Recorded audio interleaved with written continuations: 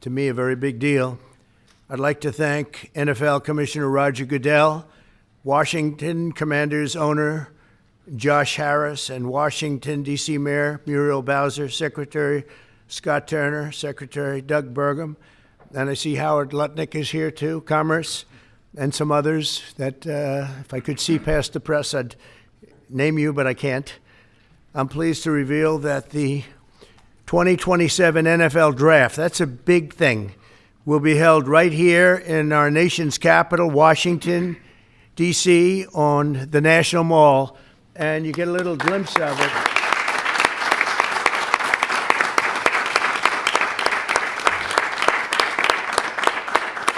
I was just saying to Roger, I don't think there's ever been anything like that. That's a good idea. In fact, maybe we could use it for other things also. I have an idea. It's going to be beautiful. It's going to be something that nobody else will ever be able to duplicate that, I don't suspect. It's very exciting. Every year, hundreds of young football players have their dreams come true as the NFL teams across the land, and you just saw that last week, select the best young players in America to join their ranks. Hundreds of thousands of football fans will travel all across our country to cheer them on in person. We expect, would you say, more than 100,000 people, I think. What is the capacity would you think it can hold? Because the mall can actually hold up to 1 million people if you go all the way back. What do you think? Over 3 days, we'll be over 1 million. Oh, yeah, you're going to have local businesses and bringing jobs and tourism to the heart of our capital. The draft is a celebration of one of our country's most cherished cultural institutions and the annual highlights for football fans everywhere. Everyone in the world is going to be watching.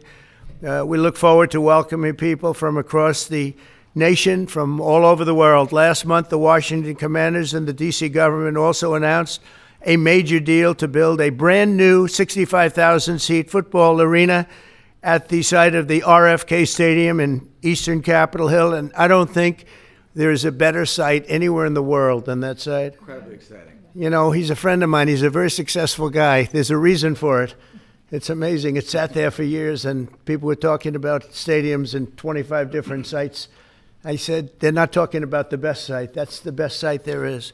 Bringing professional football back into the district from Maryland. And not only are these announcements great for the NFL, but they also advance the mission of making Washington, D.C.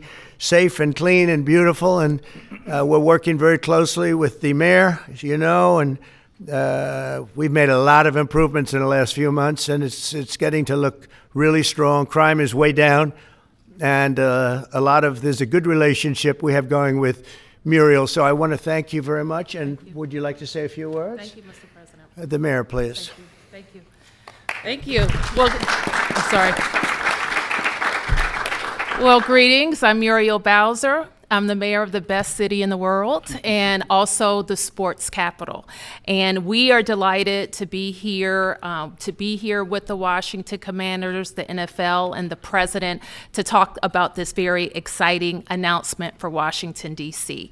We believe in investing in sports because they have helped us transform neighborhoods, and the NFL bringing this event to the nation's capital will help us fill hotel rooms, our restaurants, and Americans from all 50 states will come to their nation's capital and enjoy our beautiful city and museum. So we're just delighted to be here, and we want to thank everybody for all the hard work to get here. Thanks, Mayor. Thank you.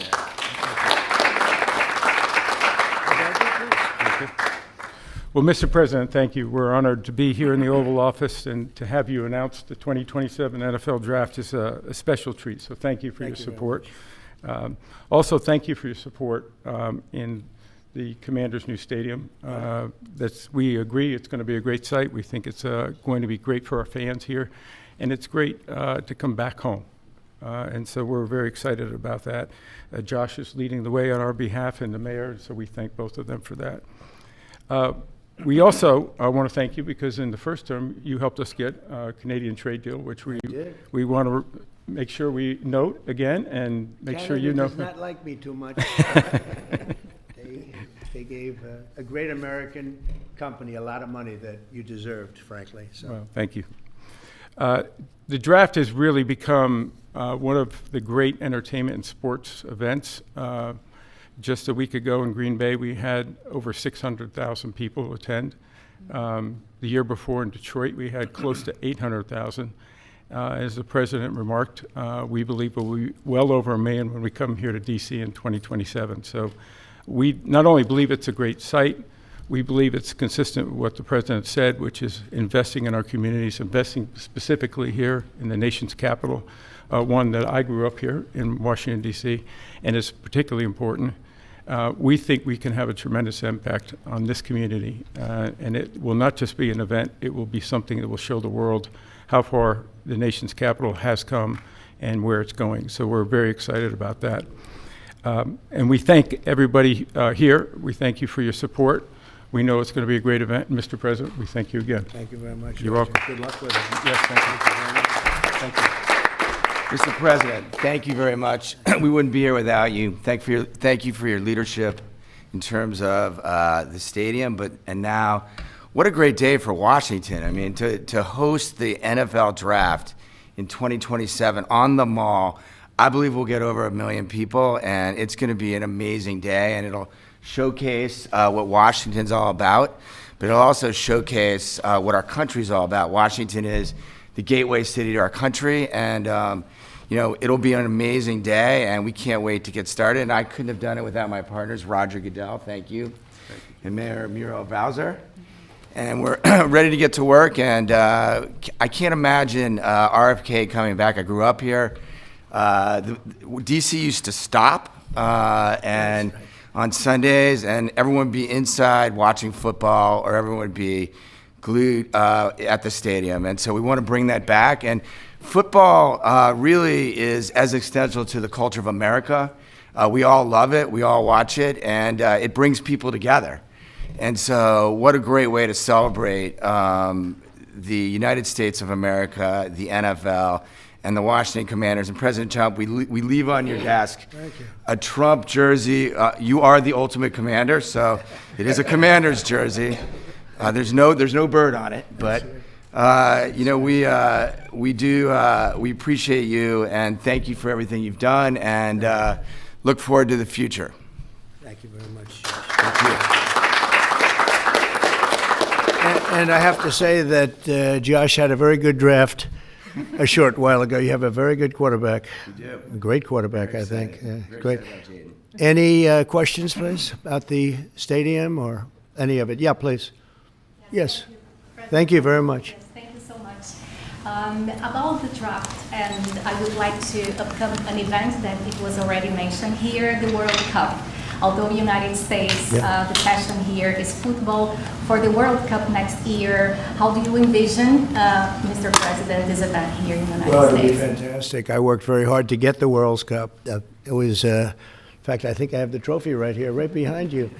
Don't have a picture taken with Roger and that trophy, by the way. But no, they brought it in. Johnny, who's a good guy, but he brought that in. That's the actual trophy. It's interesting that you asked that. And it's made at Tiffany's, and they're leaving it here until just before the actual World Cup. Then it goes to the champion. But that's very exciting. We have the Olympics. So we have both of them. I worked very hard in getting both, and I said, I'm not going to be able to be there as president. And then a strange thing happened, and it turned out I became president not for the term that I was supposed to be. I became president while we have the Olympics and the World Cup, and we have something that maybe surpasses everything, the 250th anniversary of our country. So that's going to be great. That's going to be a very big event, a year-long event. So thank you for question. Very nice question. Yeah, please. So you've often said you want U.S. to be bigger, better, and stronger. Currently, Russia is the biggest country in the world by landmass, followed by Canada and then China. So when you say that you want to annex Canada, is it so that it would be the biggest country in the world? No, I never even thought of it that way, although I am a real estate developer at heart. I've never heard that question. Yeah, please, go ahead. Mr. President, will you have to hire more security and police in order to accommodate the 1 million people coming in for the NFL draft? I think that there'll be something, and I know Roger will work it out, and Josh and all of us will work it out. it's such an honor to have that. I think it'll be great for everybody, great for our country. It'll be something very special. There's no scene like it. There's no site like it. My whole life was based on sites, locations, and as soon as I looked at that rendering, it's going to be beautiful. It's going to really be beautiful. You know, interestingly, I didn't know exactly where it's sat relative to the Capitol, but the stadium, if you go back, is right behind the Capitol, miles behind, but nevertheless visually right behind it. So it's going to be an architect's dream, whoever the architect is chosen, and the owner. It's going to be something special. I think it's going to be great for the area. Going to be, it will be top of the line. I know these people very well, and they only know about top of the line. And I would say that more will be put into the stadium than would be put into a identical stadium of a similar size. I think they're going to do a special, because of the importance of the location. I have no doubt they'll do a special job. Yeah, please. Can you explain a little bit about how you would implement tariffs on the film industry, kind of how that would work? Well, that's a different story, but our film industry has been decimated by other countries taking them out, and also by incompetence, like in Los Angeles. The governor is a grossly incompetent man. He's just allowed it to be taken away from, Hollywood. Hollywood doesn't do very much of that business. They have the nice sign and everything's good, but they don't do very much. A lot of it's been taken to other countries, and a big proportion. And I'm actually going to meet with some because, there's some advantages, I guess, and I'm not looking to hurt the industry. I want to help the industry. But they're given financing by other countries. They're given a lot of things. And the industry was decimated. If you look at how little is done in this country now, you think we were the ones. We used to do 100, not long ago, 100%. Now we do almost like very little. It's shocking. Are you in that business too? Because he's in so many businesses. You could explain it, but it's not a good situation.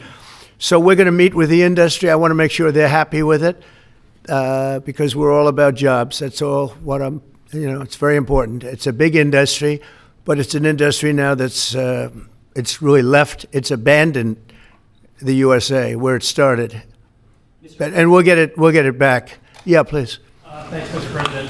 First, I just want to thank you for letting us in here. I'm with Zero Hedge in the last administration. Oh, yeah. And us on social media, so we're really grateful to be in the White House. And this is not exactly sports related, but I've been dying to ask you this question for a long time, which is that 2.5 years ago, the Nordstream pipeline blew up. Yeah. And despite what people like John Brennan and all the hawks said, you were one person who said Russia probably did not blow up its own pipeline. Yeah, if you can believe. They said Russia blew it up, yeah. And so I'm wondering now that you're president, if you would consider launching a formal investigation into what happened there and who actually did blow it up. Well, probably if I asked certain people, I'd be able to tell you without having to waste a lot of money on an investigation. But I think a lot of people know who blew it up. But I was the one that blew it up originally because I wouldn't let it be built. And then when Biden got in, he allowed it to be built. And it's very interesting. But I think Russia, with the price of oil right now, oil's gone down, I think we're in a good position to settle. They want to settle. Ukraine wants to settle.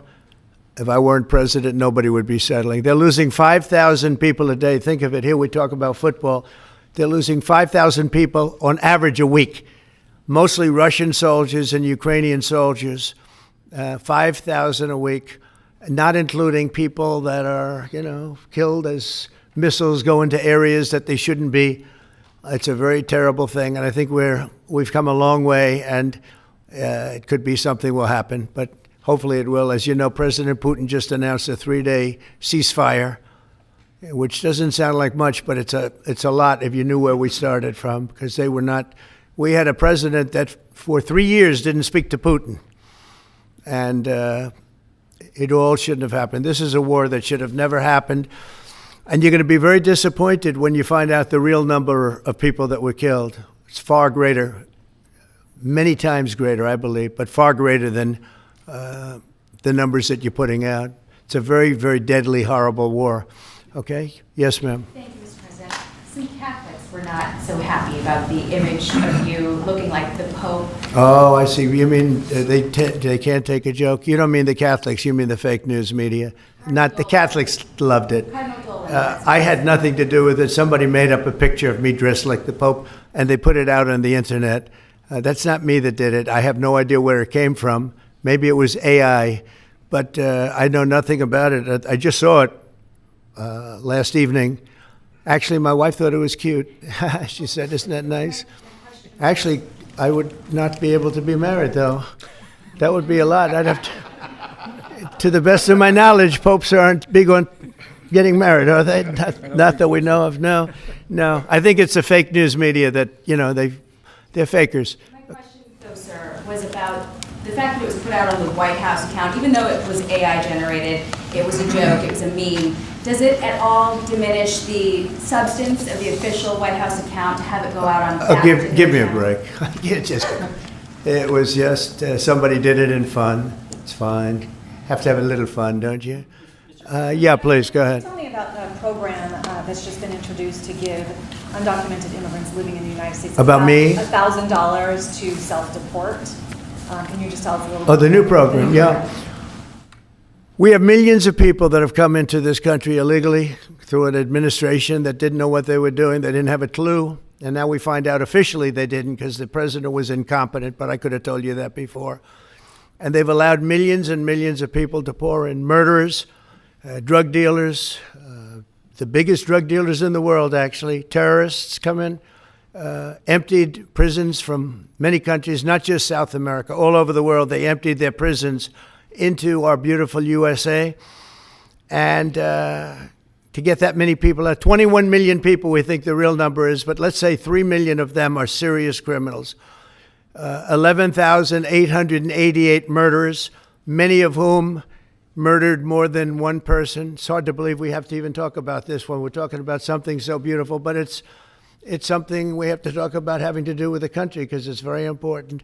So they came in by the millions illegally into our country. They just flowed in through an open border policy that was insane. And what we've done is we've offered, you know the numbers, but because we're taking them out by the thousands, we're being obstructed. It's very unfair what's happening because the court system it's very unfair. We have to get them out fast. These are bad people. These are people that are killing, and they've already killed many people in this country. Illegal immigrants that came in illegally through an open border policy, which is insane. We talk about common sense. That's not common sense. And they came in from the Congo, all over Africa, all over Asia, all over South America, parts of Europe. They flowed in and just walked right into our country. We had no idea who they were.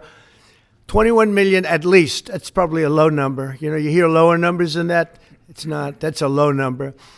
But many are really serious criminals and terrorists and people from jails. They emptied out jails. Venezuela, their crime is down 72% because they took all the criminals off the streets and the gangs and they dumped them into our country. So we're getting them out. It's a very difficult thing with the courts because the courts have all of a sudden, out of nowhere, they said, maybe you have to have trials. We're going to have 5 million trials. Doesn't work. You wouldn't have a country left. But hopefully the Supreme Court will save it. But what they've done is a very, very serious thing. Past presidents took out hundreds of thousands of people when needed. You look at Eisenhower, you look at many of them, and they took people out and they didn't go through any of this. But what we thought we'd do is a self-deport, where we're going to pay each one a certain amount of money, and we're going to get them a beautiful flight back to where they came from. And they have a period of time. And if they make it, we're going to work with them so that maybe someday, with a little work, they can come back in if they're good people, if they're the kind of people that we want in our company, industrious people that could love our country. And if they're not, they won't. But it will give them a path to coming back into the country. If they miss that limit, they're going to be taken out of our country. And they will never get a path to come back in, and it'll be a much tougher process. And it's called self-deportation. And by doing that, you're talking about so many millions of people. By doing that, we've taken out thousands of terrorists, drug lords. What we've done is amazing. And I'm sure Tom Homan and Kristi Noem have done an incredible job. They really have done an incredible job, but it's a hard job. So we're going to have a self-deportation where they deport themselves out of our country, and we'll work with them, and we're going to try, and if we think they're good, if they have, the people we want in our country, they're going to come back into our country. We'll give them a little easier route. But if they don't work, and if we take them out after the date, then they're never coming back, and that's the least of the problems that they're going to have. Yeah, please. What's your expectation for your meeting with the Canadian Prime Minister tomorrow? I don't know. He's coming to see me. I'm not sure what he wants to see me about, but I guess he wants to make a deal. Everybody does. They all want to make a deal because we have something that they all want. We have something that they all want. China wants to make a deal very badly. You see what's happening to China? China's being decimated, and I don't want that to happen. But they have to make a fair deal. We were losing hundreds of billions of dollars a year. We were losing think of it, on our trade policies with Biden. We're losing $5 billion a day. I think Josh, as a great businessman, would not let that happen too long, right? How many groups can lose $5 billion a day? If you lose $5 billion one day, that's the end of that company, right? You're fired. He says, you're fired. Get out of here. So we essentially did that, and we have it down to a very low number. We're doing really well, really well. Yeah. How did you decide to reopen Alcatraz? Can you walk us through that decision? Did I say what? To reopen Alcatraz, how will you use it? How did you come up with the idea? Well, I guess I was supposed to be a movie maker. We started with the movie making, and we'll end. I mean, it represents something very strong, very powerful in terms of law and order. Our country needs law and order. Alcatraz is, I would say, the ultimate, right? Alcatraz, Sing Sing and Alcatraz, the movies. But it's right now a museum, believe it or not. A lot of people go there. It housed the most violent criminals in the world, and nobody ever escaped. One person almost got there, but they, as you know the story, they found his clothing rather badly ripped up, and it was a lot of shark bites, a lot of problems. Nobody's ever escaped from Alcatraz, and just represented something strong having to do with law and order. We need law and order in this country. And so we're going to look at it. Some of the people up here are going to be working very hard on that. And we had a little conversation. I think it's going to be very interesting. We'll see if we can bring it back in large form, add a lot. But I think it represents something. Right now it's a big hulk that's sitting there rusting and rotting. You look at it, it's sort of, you saw that picture that was put out. It's sort of amazing. But it sort of represents something that's both horrible and beautiful and strong and miserable, weak. It's got a lot of qualities that are interesting, and I think they make a point. Okay, are you guys okay? I want to just say that it's such an honor to be up here with my friends, because this is a group of people that have done an amazing job, and all we can do, Muriel and I, is give them the greatest site there is, I think, that I've ever seen for something like this. And I did very well in the real estate business. I think this is the greatest site there is anywhere in the world for exactly what you guys are doing. And we'll work with you. We've got a lot of work to do to get it going, but we'll work with you, and we'll try and make the dream come true. And I want to thank you all very much for being here. Thank you. Thank you very much.